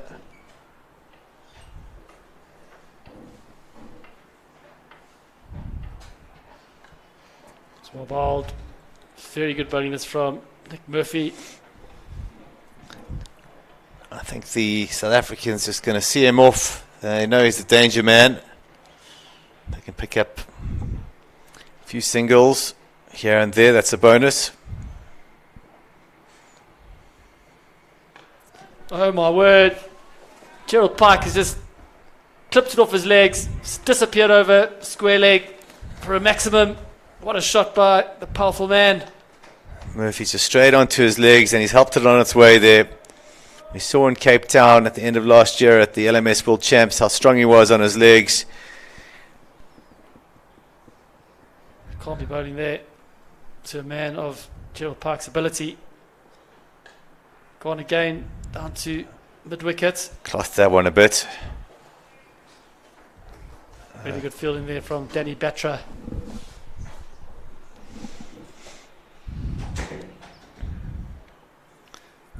Arendorf on strike. He's just faced the one delivery so far. Batting, looks like he's batting on middle and off. It's not a bad tactic against Murphy coming around the wicket. Nice looking shot there from J.G. Arendorf down to long off.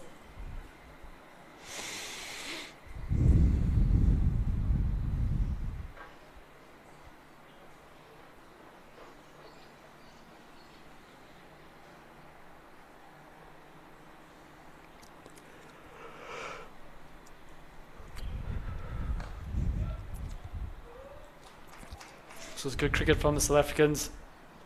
No need to take any risks. It's been a good over for them. So 32 for 1 after 5. 84 of 75. For the South Africans to finish top of this group.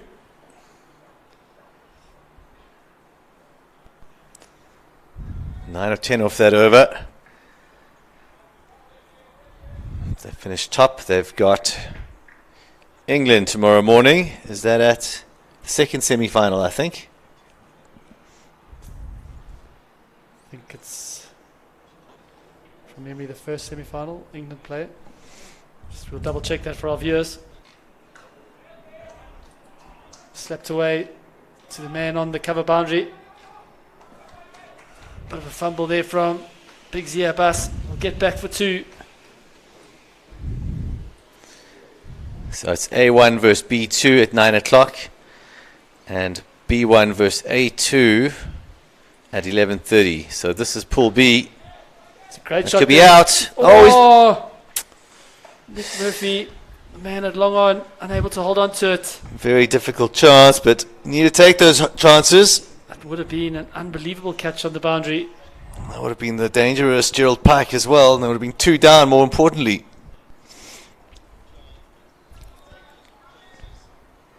Yeah. In the end, pretty regulation.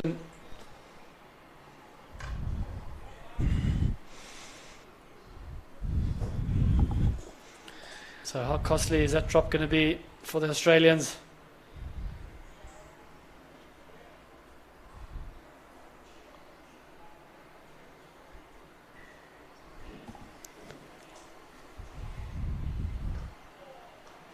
That's good bowling this from Reece Longbottom.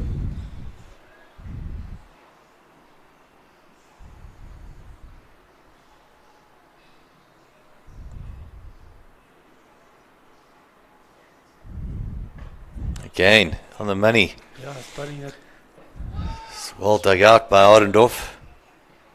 difficult length to get away. So 6 overs complete, 40 for 1.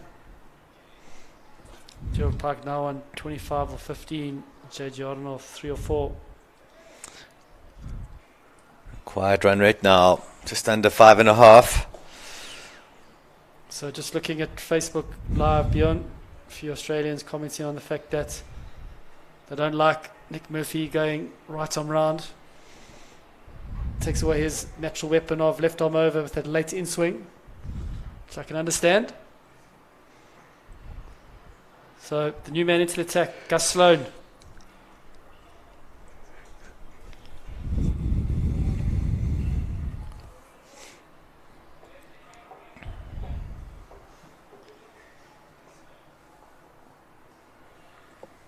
So the Australians have, so far today, moved away from everything that's worked for them this week.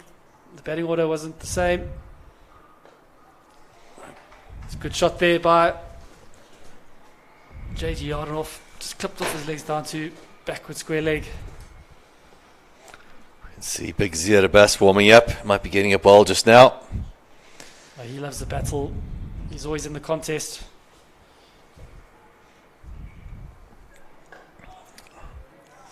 Nice bowling this from Gus Sloan.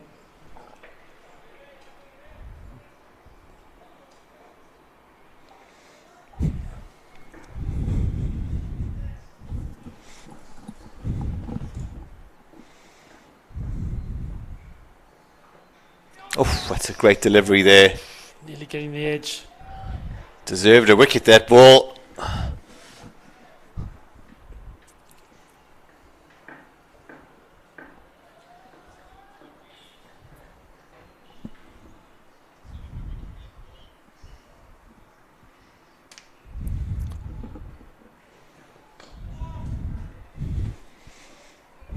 Set down to deep at wicket. Reece Longbottom will tidy that up. So, tidy first over here from Gus Sloan. He's bowled well. Asking good questions of the batters.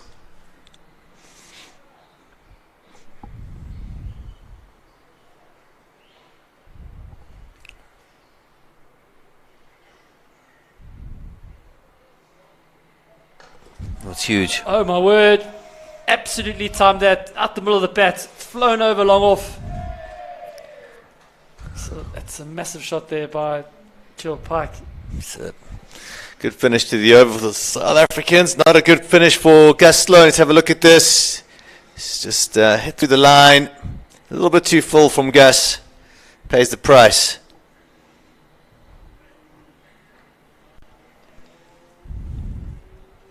So 49 for 1 after 7. Gerald Pike moves to 32 of 17.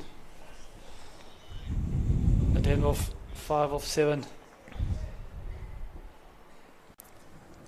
So Reece Longbottom got to finish his spell here. 1 for 20 and 3 so far.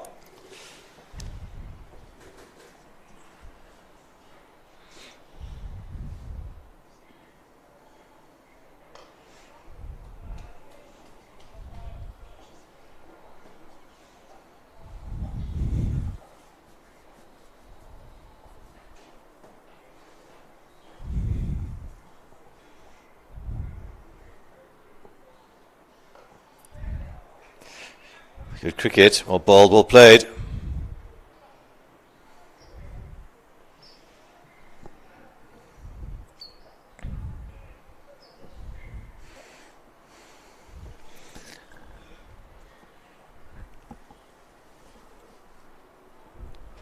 Win predictor, I think, is 68% in favour of South Africa at the moment, Ross.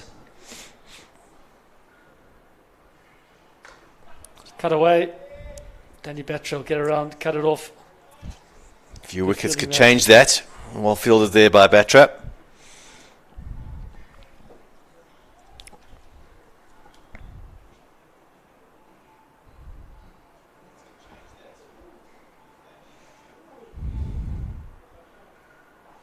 Full toss. Full toss. I think he's edged it down to leading edge down to third man.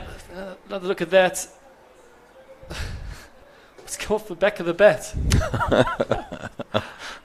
Can't coach that, Roscoe. There's no comments in the scorebook. There's no fielders there. No fielders there. Just raw talent. So last ball of Reece Longbottom's spell. Goes for a maximum. It's out the ground. Unbelievable hitting here from Gerald Pike for South Africa. It's less than a run the ball now required for South Africa. Watch that again in the arc. It's out the park, mate. What a shot. Aussies need a wicket here. Gerald Pike is just laying into them at the moment. 43 of 20. It's nothing worse than being in the field after dropping a catch and just seeing a batter hit you to all ends of the ground.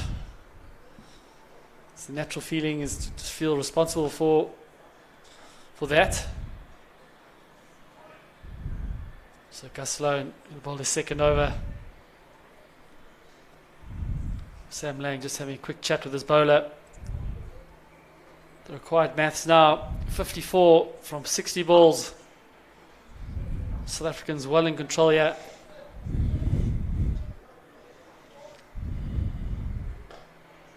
So ball nice looking shot down the ground to long on.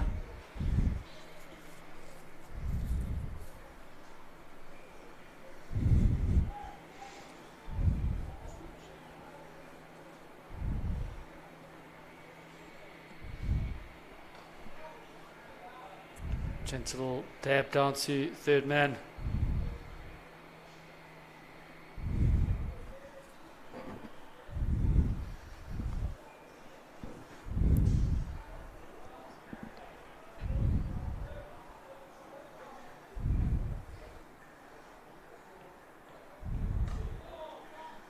Nicely cut away to third man again.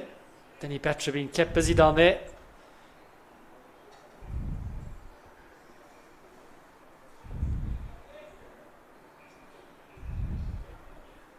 So Gerald Pike, 1 hits away from his 50.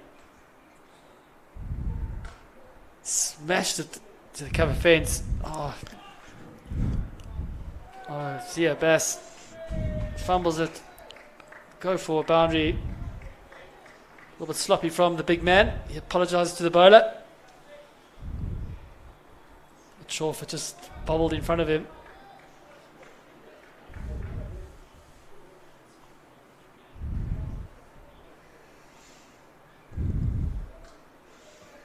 Interesting shot that from Pike.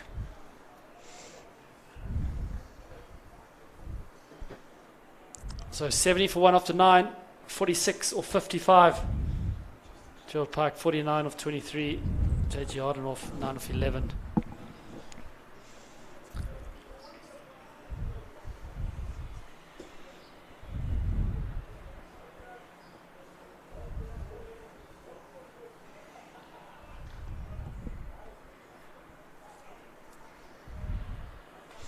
So 1 over to go before we change ends. And Big Zeta Bass coming on to bowl. Sam Lang decided to stand up to the stumps. I think this is a good call. He's always got the ability to take a wicket when needed.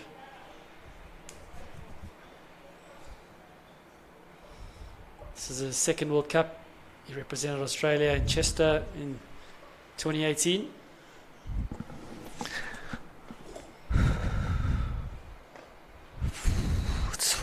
Well defended. Well bowled as well. So well batted to Gerald Pike. Another 50 in the tournament for him. So Dan Poulton, the South African captain, the next man in, makes his way to the crease.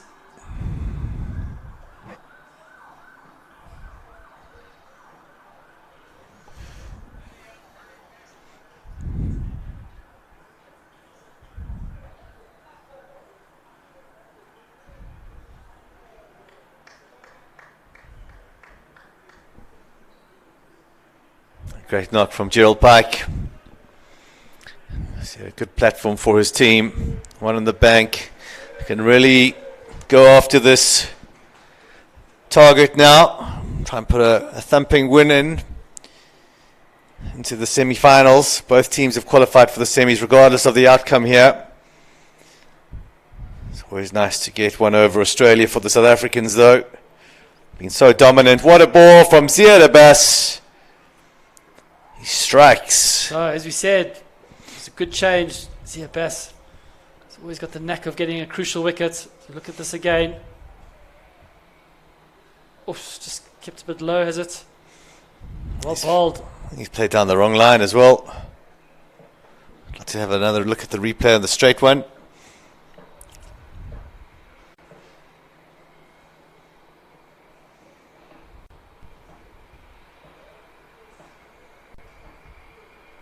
Let's have a look at that. He's just played down the wrong line. He's planted his foot straight down and big gap between bat and pad. He's played it too early. Paid the price. So 2 new men at the crease now. Yeah.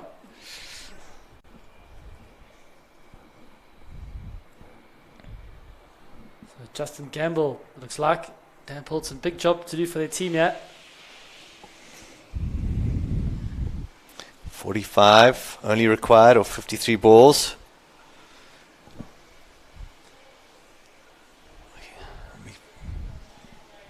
I have to play some crazy cricket to lose it from here, Ross. Absolutely. You'd hope that the Australians are not talking about the 99 World Cup in England.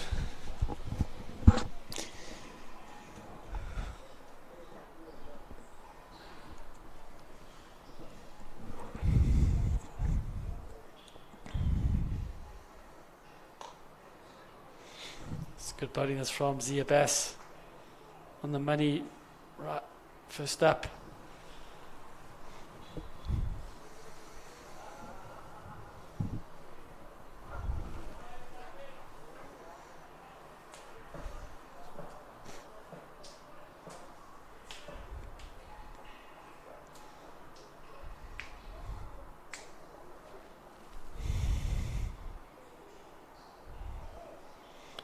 It's well stopped by Sam Lang. It's wide down the leg side from Ziad. He's got a little bit of extra padding, so just wore that one in the midriff. Poulton's batting on middle. It's down the leg again. So it'll be 4 for South Africa. Crucial runs here in a low scoring run chase. One or two quick wickets here might cause a bit of a panic in the South African dressing room. No, I'm not sure, Russ. I'm not sure. It's just 39 runs. They really were short. I should be able to do this at a canter. As you saw in the England game, they were cruising to victory earlier. One or two quick wickets. They were able to get over the line, so well done to them. So change of ends.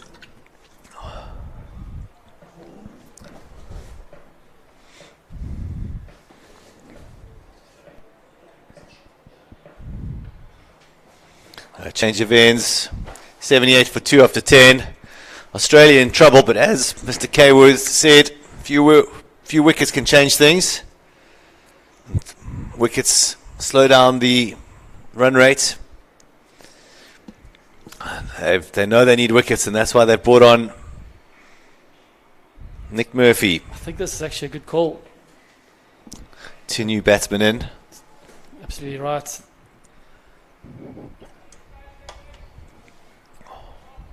So Nick Murphy coming in now from the Javinder Shah end here at the Gymkhana in Nairobi. It's a bit overcast. Mild temperature of around 23 degrees this afternoon. I've got a straight long off for Gamble and an extra cover who's 5 off the boundary. And he's just knocking it around for 1. That's all they need to do at the moment. No need to take any risks. I wouldn't mind seeing 1 or 2 fielders in the ring for Australia just to put a bit of pressure on the batters. There's too many easy ones at the moment. Tend to agree, Briggsy. Put an extra cover up, stop the single.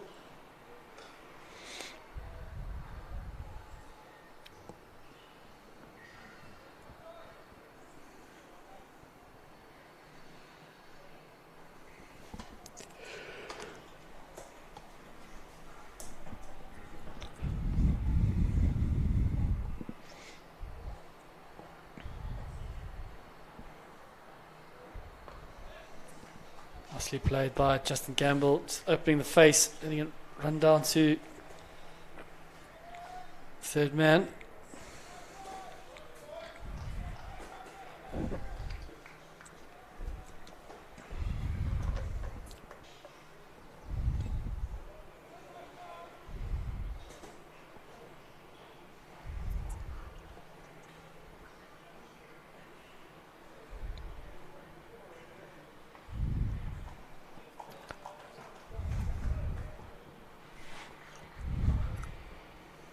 Runs are ticking along there for South Africa.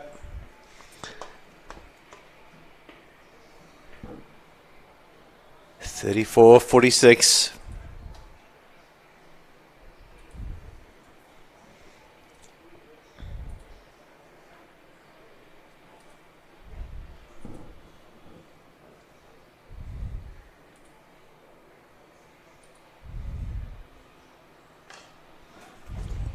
Full and straight.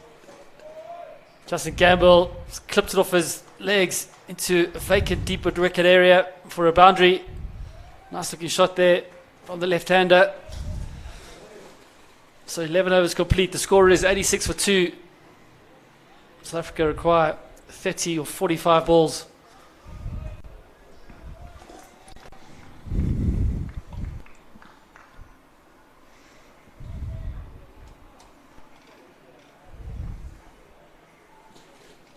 So Zia Bass going to continue. Just picked up the early wicket of JG Hardenhoff.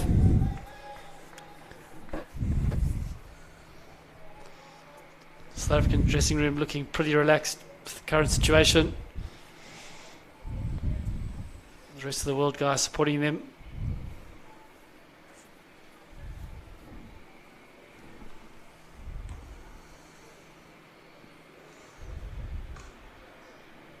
Nicely played by Dan Poulton to deep extra cover, just be a single.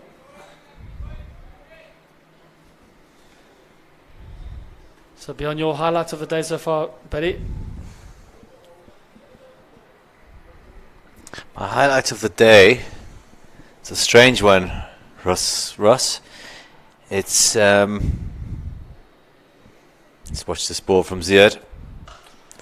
Justin Gamble launches it over long on into the grandstand for a maximum. Great shot by the left-hander.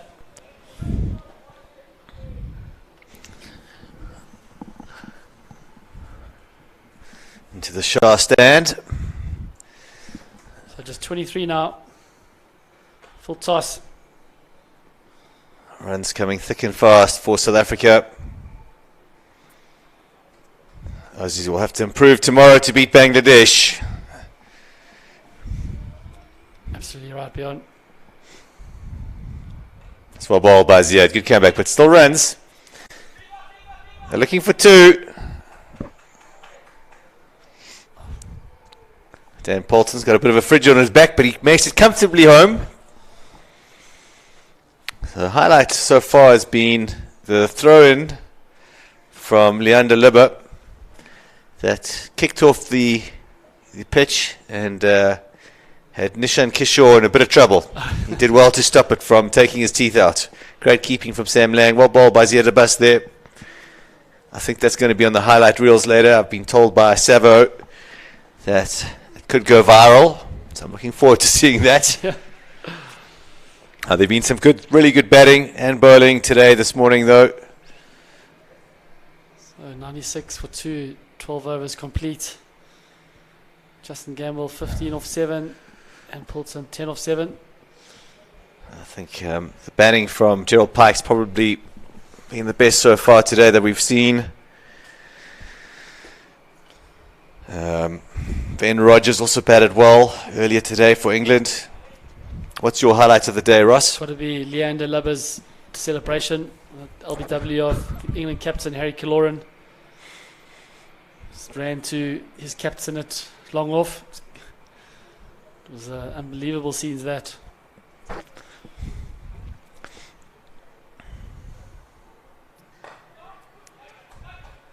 Put away to extra cover. Good fielding there from Gus Sloan. So it's under 20 now. 19 off 39 balls. Can Danny Batra pull off a miracle for his team here? He needs a hat-trick. A fifer. Something special. So the win predictor now 90% in favour of South Africa. I think it's 95% for South Africa at the moment, Ross. It's a nice shot there from Dan Poulton. Lovely shots, just waited for it, rocked back. So transfer of weight we talk about, Bjorn. Great weight transfer. Good head position.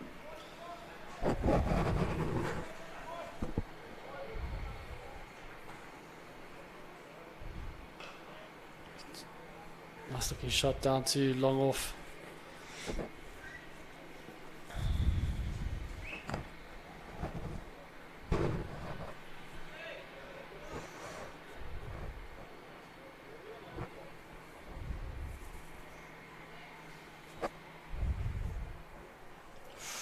Big swing and a miss there from Gamble.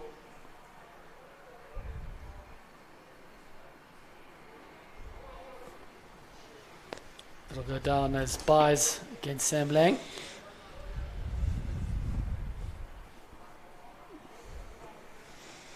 Bolton on strike here. One to come from Betra. Down to deep mid wicket. Gus Sloan will cut it off. So it's a mere formality here. Top of the table clash in Pool B. South Africa cantering home at pace. We've just seen the Kenyan team arrived at the Nairobi Gymkhana. Crowd gives them a good welcome applause as the players walk across the grass embankment.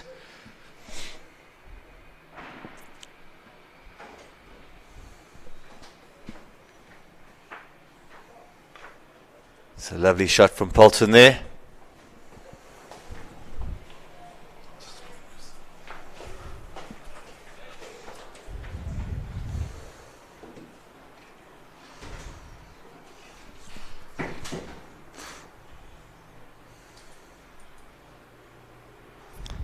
Oh, can't coach that, Roscoe. There's no fielders there. It's over the ropes for 4. No comments in the scorebook. So just 7 now. Required of 33 balls. South Africa handing out an absolute punishing year of Australia. Australia been humbled. Oh, he's done it again. Not Been sure. practicing that shot. There's no comments in the scorebook, Bjorn. The more he practices, the luckier he gets. Is that another inside edge? Can't see the field to that, Ross. So 3 runs off 32 balls.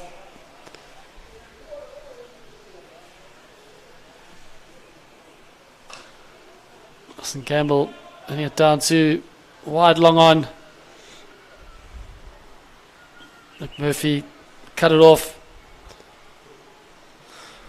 So 1 ball to go.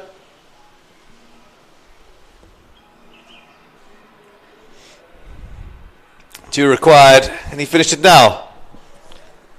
Dan Poulton helping us on its way. No one down there at fine leg, and another boundary to the South Africans.